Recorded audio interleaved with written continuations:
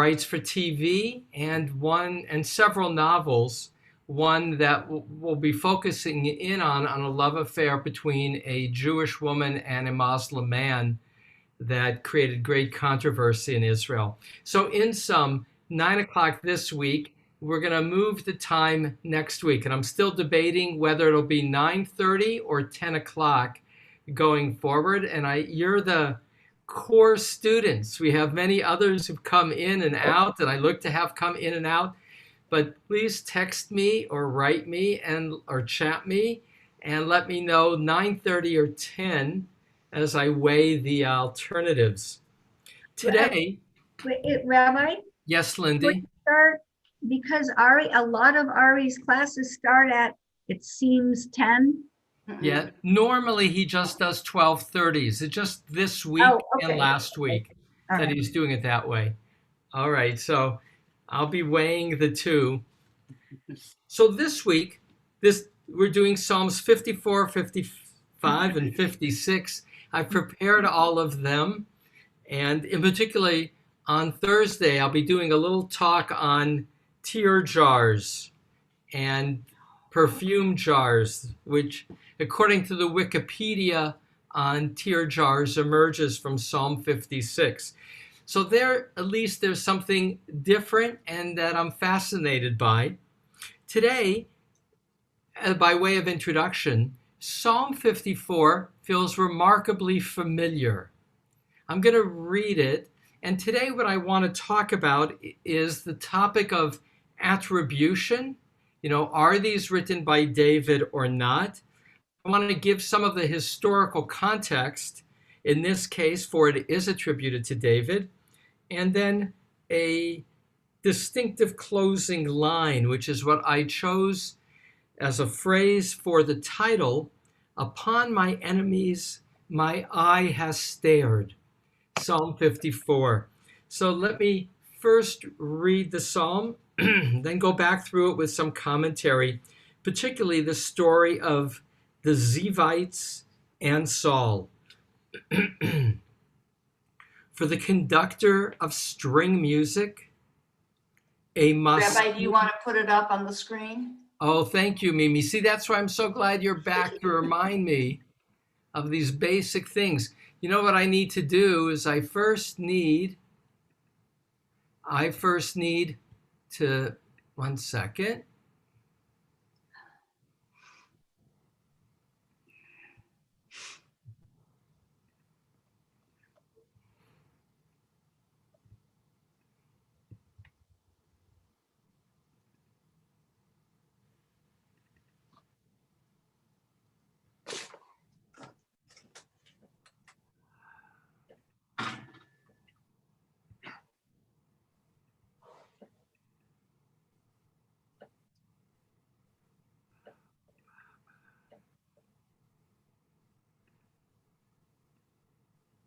Okay.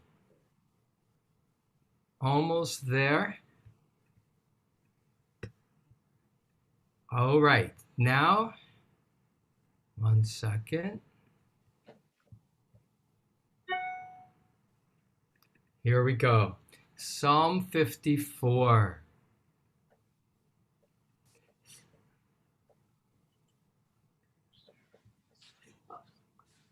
For the conductor of string music, a maskil of David. When the Zivites came and said to Saul, "Is David not hiding out among us?" God, by your name deliver me, and by your might vindicate me. God, hear my prayer. Give ear to the utterances of my mouth. For strangers have risen up against me, and the ruthless have sought my spirit. They did not set God before them. Selah. Behold, God is my helper, my supreme one, who is with upholders of my spirit. May God return the evil to my watchful foes. With your truth, demolish them. With a free will offering, I will sacrifice to you. I will acclaim your name, Adonai, for it is good.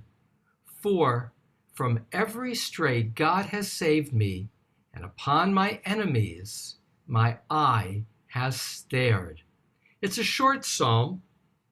It's a petitionary psalm that moves toward trust and then thanksgiving. It's a psalm that's spoken directly to God. The name God, Elohim, is repeated 4 times, Yud-He, Vav-He once, Adonai once, but there's a lot of by your name, you have been my help.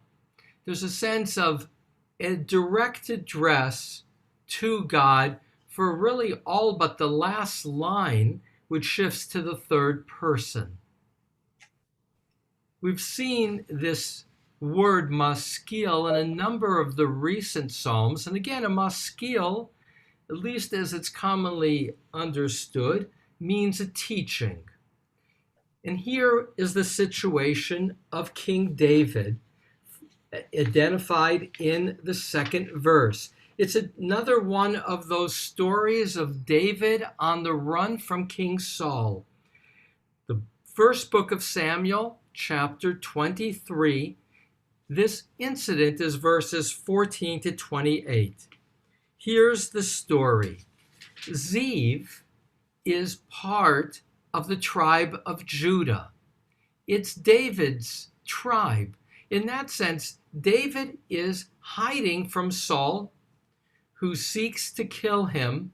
He seeks to kill him, as said earlier in the book of Samuel, because after Goliath, he, David, achieved great notoriety as a courageous young man willing to take on the Philistines. And people began to sing songs in honor of David. And Saul, who enters into a phase of his life of great emotional instability, particularly after he failed to kill all the Amalekites, the prophet Samuel, who had appointed Saul, the king of Israel, said that by Saul having saved the king of the Amalekites, kind of a professional courtesy, instead of killing him, he had betrayed God's instructions. And at least as it's recorded in the book of Samuel, from that point on, Saul becomes very emotionally unstable. That's where David's brought in as a young player of the lyre, the harp, to comfort him so he can sleep at night. And then after Goliath, when David goes on to achieve this notoriety, Saul fears that David will try and supplant him. And we'll see this more in the psalm, I think it's tomorrow, of Jonathan being a source of protection. No, it's actually today. I'll read the verse in a moment. Who's David's best friend will say in verse 17 of chapter 23, first book of Samuel, Jonathan will say to David, "Do not be afraid. The hand of my father Saul will never touch you. You are going to be king over Israel, and I shall be second to you. And even my father Saul knows this is so." Unquote. And so David is on the run, hiding from Saul.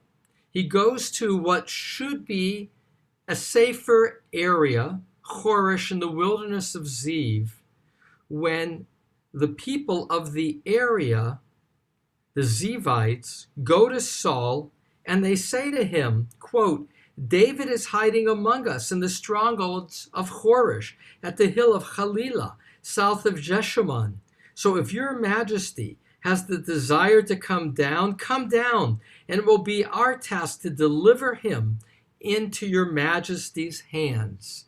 And so part of the trauma for David in this account is that it's his own kinsfolk, his extended clan, who go to Saul and say, "We know that you want to find David. He's hiding among us." That's the setting. And that raises the question, and what will happen, by the way, I shared this in my introduction for today, is that Saul himself joins the troops to go find David and his men. They have them encircled on a hill when a messenger comes and says to Saul, the Philistines have attacked. We bring your forces now. And the siege around David is called off. He is, if in that regard, miraculously saved. He will flee to En-Gedi. And in chapter 24, David will have an encounter with Saul. But I won't get ahead. Take a look. It's dramatic, where they will be in the same cave together. And later, David will say to Saul, I could have killed you, but I didn't. Why are you seeking to kill me? But focusing on this moment, we don't know if verse 2, when the Zivites came and said to Saul, is David not hiding out among us? If this is the moment when David wrote this prayer, if David wrote this prayer afterwards, recounting the miracle-like escape in that he was surrounded by Saul and his troops, and if not for the attack by the Philistines was a goner, or whether this moment that was widely known of David's salvation was used as a motif, an archetype, at a later point for someone who also felt saved and linked their own transition from danger to safety, as it was just like when David was pursued, and more than pursued, when the Ziv people, his kinsmen, had turned on him. And so this is the motif here in a shorter psalm that has now become very familiar to us, namely moments in David's life in which he is pursued by enemies, and in some cases, enemies like his kinsmen, but even more, Saul himself. For Saul and David had a bond. I read that quote from Jonathan, David's best friend. Jonathan, who says, I'll be number 2 to you. I will even risk my life to protect you. And in that regard, David, as you'll see in chapter 24, the way he speaks to Saul, feels very close to the king, beholden to the king, respectful of the king, and his being pursued by somebody that he trusted and wanted to be trusted by gives context to what is a common theme throughout the Psalms, which is betrayal by someone you wanted to trust and be trusted by, who becomes an enemy. In terms of historicity, we do know from the book of Samuel that David did write psalms, songs to God, poems of personal attachment to God. That gives context for where the book of Psalms, almost half, are attributed to David. But we don't know, again, if he necessarily wrote the words himself. And in some degree, it really doesn't matter. For ultimately, and even in our study today, the question is, how are these words our words? How are these longings to God worthy of being repeated by us as if they were our song, a song that we feel expresses our needs? And so let me walk through it a little bit, and I'll leave time for some reactions. Verse 3 and 4 are a petition. God, by your name, deliver me, and by your might vindicate me. God, hear my prayer. Give ear to the utterances of my mouth. And that'll also be the inclusio, the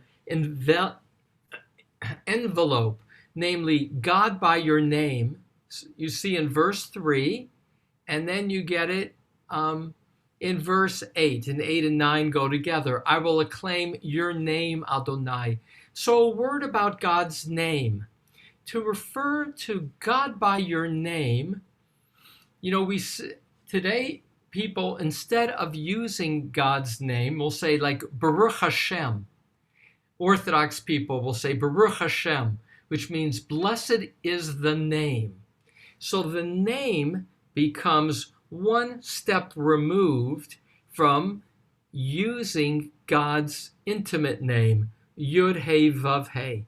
By referring to God's name, it's a way of suggesting God's mystery and power. Every name in the Bible, names in the Bible, are signifiers of person and power. By the way, the name David means beloved one, beloved to God. And in some sense, as the author of Psalms, he, as the lover, the beloved one, is central to David's identity. And so back to the psalm here, verses 3 and 4, that's the petition. And essentially, the petition is, deliver me and listen to my prayer. And then verse 5 gives the context for this petition, the lament. For strangers have risen up against me, and the ruthless have sought my spirit. They did not set God before them. Now, this creates a tension because he calls his pursuers strangers. And for King David, the Zivites are clansmen, and Saul knows him well. So it can either be metaphorical, they are acting toward me like a stranger. That's possible in poetry. Those who read it more directly would say calling them strangers means that it wasn't written by David. For me, it's a question mark. It can be either way. But what is true is that David feels that those who pursue him, this reoccurring theme, are seeking to kill him. So they have sought my spirit. Nafshi, spirit is also life. They have sought my life. They seek to kill me. And that's because, again, a reoccurring theme, they did not set God before them, meaning they are not seeking justice. And now he expresses the contrast, how he, David, sets God before himself, how God is worthy of his trust. Hine Elohim ozer li. Behold, God is my helper. Adonai. Adonai means my master, which I'm choosing these days to translate as my supreme one, who is with upholders of my spirit. And here there's ambiguity, which I shared in my introductory letter, in that it can either be translated my supreme one who upholds my spirit, so it's God who upholds my spirit, or it is God who is with the upholders of my spirit, of my life. God is with those who are with me. And David wasn't alone. David had soldiers with him. David was precisely pursued because he was popular with the people. In that regard, it might be a suggestion that God is with the people who think David is good. That quality of ambiguity can also be purposeful, where both can be true. God can, because of the ambiguity embedded in the Hebrew, God can both be with David and with the people that support David. And back to the petition, may God return the evil to my watchful foes. With your truth, demolish them. Again, the truth of right and wrong, how I have no evil in regard to Saul. I am not seeking to hurt Saul in any way. And those who claim that I am a threat to his authority, they are lying. They are untruthful. They deny God.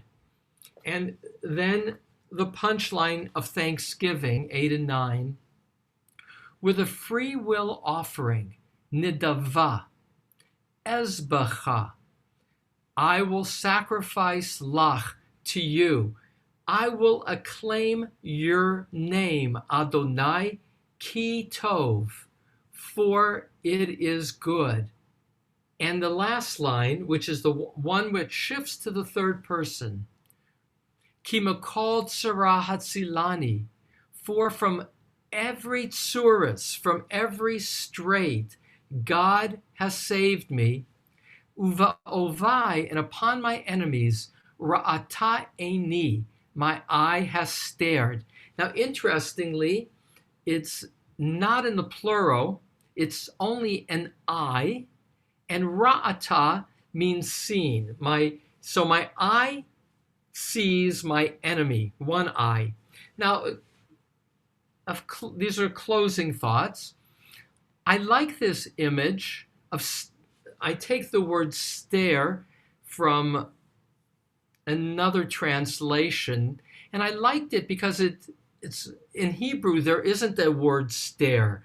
So a word like ra'ata, look, in English, the word look has a variety of choices that are more limited in Hebrew. That's what allows for ambiguity in Hebrew, because it's a more limited vocabulary, more than one possible meaning. But I like the image of stare, because here the concluding words are to say, I have seen, others translate it as, I have looked in the eye of my enemy. That's how ArtScroll translates it, which is to either say, I have seen danger up close. That's one facet of my eye has stared. The other possibility is, even though I have seen it up close, in light of what came before, I was not afraid because I trusted in your justice, that you would protect me. At the same time, and this is just me and I haven't seen this, that perhaps it's in the singular to say, I've kept one eye on my enemy, and I've always kept one eye on other needs of how to deal, even to escape. Because here, in fact, he will escape. It's not after the story of Samuel. It's not like once the troops leave, David says, okay, God's my shield. I don't need to do anything. He runs to En-Gedi to hide in a cave, which is to say, one eye is on the enemy and one eye is looking to be safe. There's this image in the Talmud. There's a phrase, al tismoch benes, do not rely on a miracle. The rabbis will even say, and I shared this earlier in our Psalm study, if somebody announces that the Messiah has come and you're planting a tree, keep planting the tree before you go to check it out, which is to say, start from the place of being grounded in normalcy, in needing to take care of yourself. Al tismoch benes. Don't anticipate, don't rely on a miracle. And so here, there is an ode of the psalmist thanking God for deliverance, expressing trust in God, and this closing image, upon my enemies my eye has stared. I have seen my enemy up close. I've done it calmly because I trust in you, and yet my other eye is also open to the needs and realities of the moment. So I pull this back toward closure, and that's to say, I am aware that the themes of this psalm seem already quite familiar. And in that regard, why do we need another psalm to say it? In what sense is this worthy of being our song So a few thoughts in that regard. One, I am reminded that my life is far less dramatic than David's. Nobody has pursued me, to my knowledge, to kill me, let alone somebody who was as if a godfather to me, who I felt so close to, whose son was my best friend. I mean, this, not unlike the Bathsheba story we did last week of David with adultery and murder as an older man, here as a younger man, this quality of trauma is far greater in terms of a pursuit by an enemy than anything I know.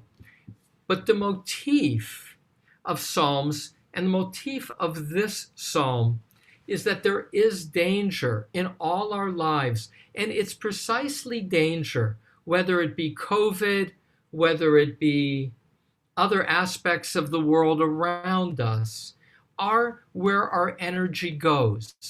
We invest our energy as the smoke is around me and around us, as Mimi has had to leave her place to be with Carol, to be at a safe distance from home. When there is danger, that rivets our attention, and rightly so. We are both wired to survive, we're wired to be on guard against danger, and in prayer, we naturally seek to address the challenge of danger, to say we trust in God, that we know that God has been there for us as a source of help, of an upholder of both our spirit and the people around us. But again, what I'm struck by is the closing image for what makes this psalm a different way of expressing a familiar theme. Upon my enemies, my eye has stared. I see the dangers around me, but I don't overreact.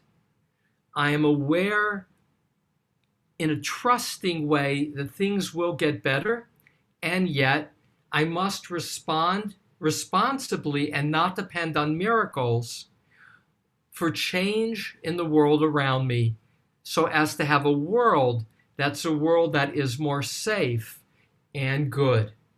So with that, reactions to Psalm 54 and your thoughts. I'm going to close off the share so that I have the privilege of seeing us. Viviana, good to see you this morning. Nice to see. And Vivian next to you on my screen. A Vivian and a Viviana. And Bob, it's nice to have Bob back from our break. And I have to say something. go ahead, Viviana. Go ahead. I am in Buenos Aires. Wonderful. So you are international. We went with Lindy, we went from coast to coast, and with Viviana, we went to, North and South. Continent. Well, wonderful to have you. Thank you. I am here taking care of my dad's apartment and stuff. So I wish you well. Let's talk at the end of the class. Stay on Okay. and let's catch up for a moment. Okay, thank you. You're welcome. Great to see you. Thanks. Psalm 54. Richard, go ahead. Well, if no one else has anything to say here, verses 3, 4, 6, 8, and 9, I can own those. I can resonate with those. Verse 7, though, is a dissonance to me, and the idea comes up repeatedly in the Psalms. It says, "May God return evil to my watchful foes, and with your truth demolish them." Yeah. On a personal basis, not to detract any way with the Psalm itself, but I would probably just say, let it go to enemies. If I had to reword that slightly, it says, with your truth, bring them along, enlighten them. something of that nature. I don't, because someone is an enemy doesn't necessarily mean I want their destruction. So Even if there- they might want mine, I don't want to go there. You know, I don't want to take Yeah. that position. It would be Hashem's, what would you call it? His decision to do that. I'm not sure I would want to try to say, this is what I want you to do. Anyway, go ahead. No, that you put your finger on a really important verse in terms of a key idea. And that is, I'll reframe what I heard you sharing, Richard, and that is there's a quality of judgment by David with a verdict. And the verdict is destroy my enemy. And Richard says that's really troubling. It should be left to the judge, to God to decide, one. And two, shouldn't the prayer be destroy their evil ways rather than destroy them? There is that very story, by the way, in the Talmud. There's a Rabbi Meir, and he prays for the destruction of his enemies. And his wife, Bruria, who is the wise wife in the Talmud, she will say, Rabbi Meir, my husband, you did not speak well in your prayer. You need to reformulate it. You need to say, may their deeds, may their ways be changed to no longer be evil rather than to destroy them. And in that case, Rabbi Meir changes his prayer. So know that that tension is there, and it's one of those examples. It's a longer story about who Bruria is, the wise wife, but that's one of the stories. And yet, this came up, I think even last week in the psalm we looked at, and that is, do David clearly, as here, prays for the destruction of his evil foes? And the question that Rabbi Cohen had asked is it appropriate to ask for evil people to be punished? And no more needs to be said, other than that there is a tension around this theme. And what is clear is that at least in Psalms, there is, as here, David praying for the destruction of a foe. One more reaction, Viviana?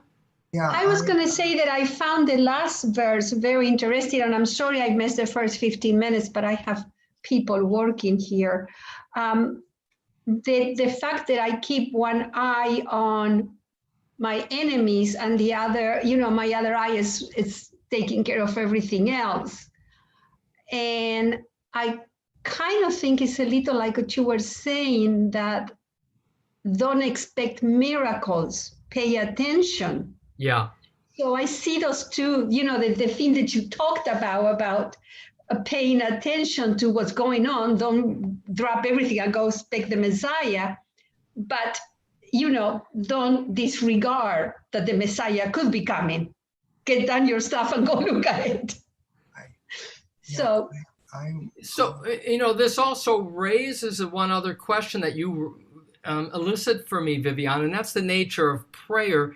And that is, may my foes be defeated, may they be destroyed, is what one wishes for. And it's understandably when somebody's trying to kill you, the context, you say, kill them. But is that what you would ultimately want to say the next day? So we'll leave it at that. Hal had his hand up. Hal, last comment for today, and then I'll pull it together. Oh, Marvin. Hal, and then Marvin, and I'll pull it together. Okay. So the last line in your translation, the eye stares, and that really leaves open an interpretation of what that means. In the King James Version, the last line is, my eye has looked in triumph on my enemies, which is more descriptive, and it closes off any possibility of mysterious meaning of the stare. Yeah. So two things in that regard, Hal. In the context I could see why they added the word triumph of my enemies, but it's not in the Hebrew. So the Hebrew is this, I try to translate more literally, for from every trouble, God, he has saved me, and on my enemies saw my eye. So the King James Version is filling in the blanks Right. to give it context. And that's fine to do, but it's another example of translations are interpretation. Right. And I've chosen, rather than pulling it together neatly, Right. to leave a tension. That's better. Yeah. Marvin, last comment.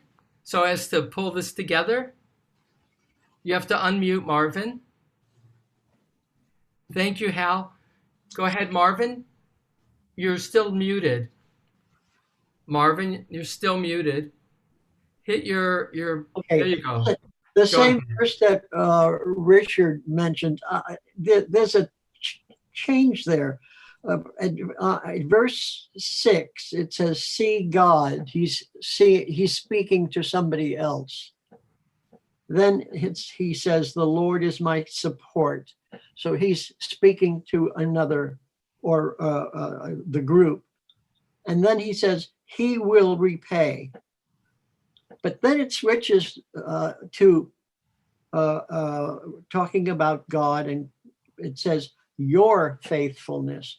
So it, in the same verse, it is strange. Is your translation of that word faithfulness the same as I'm reading in the JPS here?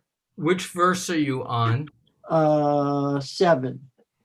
So, okay, read me the JPS for 7.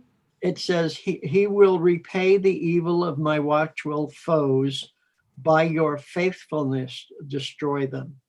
So the words in Hebrew, Faithfulness is the word I'd like to define. Is there a So- better one? the word in Hebrew is emet. Emet literally is truth, but your truthfulness has also been interpreted, can be interpreted as your faithfulness. So what does it mean, God's truth? God's faithfulness, which is only to say it's one step removed from the literal, and Hatzmitem is will demolish them. Okay. Yeah.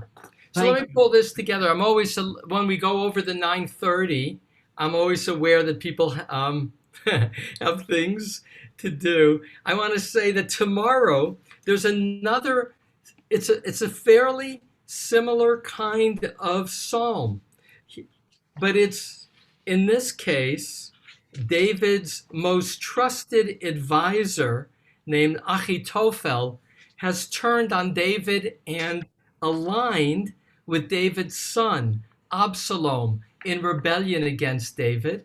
So later, it's the other phase of David's life, the end of David's life, but similar, being betrayed by somebody David trusted. So there's that same element. And there's also a wonderful image. Had I wings like a dove, David says, as if to fly away from his troubles. And we'll spend more time talking about that image of why a dove and why and where he wanted to fly to. But a similar motif, but remarkably, at the end of his life, today we saw a younger David being pursued by Saul in its context, or anybody being pursued by somebody you would have seen as an ally, and one eye stares or looks at that enemy, and perhaps the other is watchful. A closing of Kaddish. For anybody who would join with me honoring a loved one today, I invite you to do so as I enlarge the Kaddish. And we answer Amen to multiplied blessing. Yitkadal v'yitkadash Hashem Rabbah Amen. Bi'alma divra kirute, bi'amlich malchute, b'chayechon u'byomechon uvchaye dechol beit Yisrael, ba'agala uvizman kari vimru amen. Yehi shmei rabba mevarach, le'olam omei omaya. Yitbarach v'yishtabach, v'yitpa'ar v'yitromam v'yitnaseh, v'yitadar v'yitaleh v'yitalal, shemei dekudsha berichu.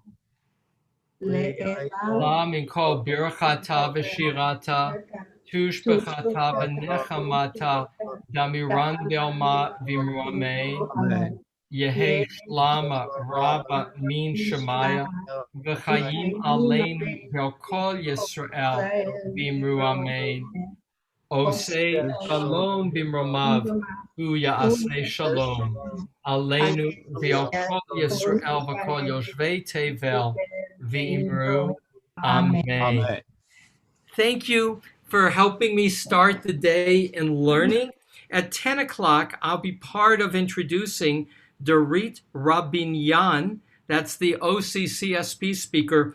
She had the #1 selling novel in Israel for 1 year, few years ago, due to a controversy whether it could be taught in high schools about a love relationship between a Jewish woman and a Muslim man. She's, as I mentioned, a TV writer, a poet, 3 novels of Iranian descent. If any of you are watching Tehran, the Amazon series, I do recommend it. Exceedingly well done. Written by the same fellow who wrote Fauda. Bottom line, a lot of it is about Iranian daughters. So I will look to ask her about being an Iranian daughter. Thank you. I look to see you tomorrow. Psalm 55. 9 o'clock, had I wings like a dove. Be well. Viviana, stay on for a moment to say hi. Yes. Yes. Be well. Bye-bye, everyone. Bye, everybody. Thank Nice you. to meet Thank Thank you. you, Rabbi.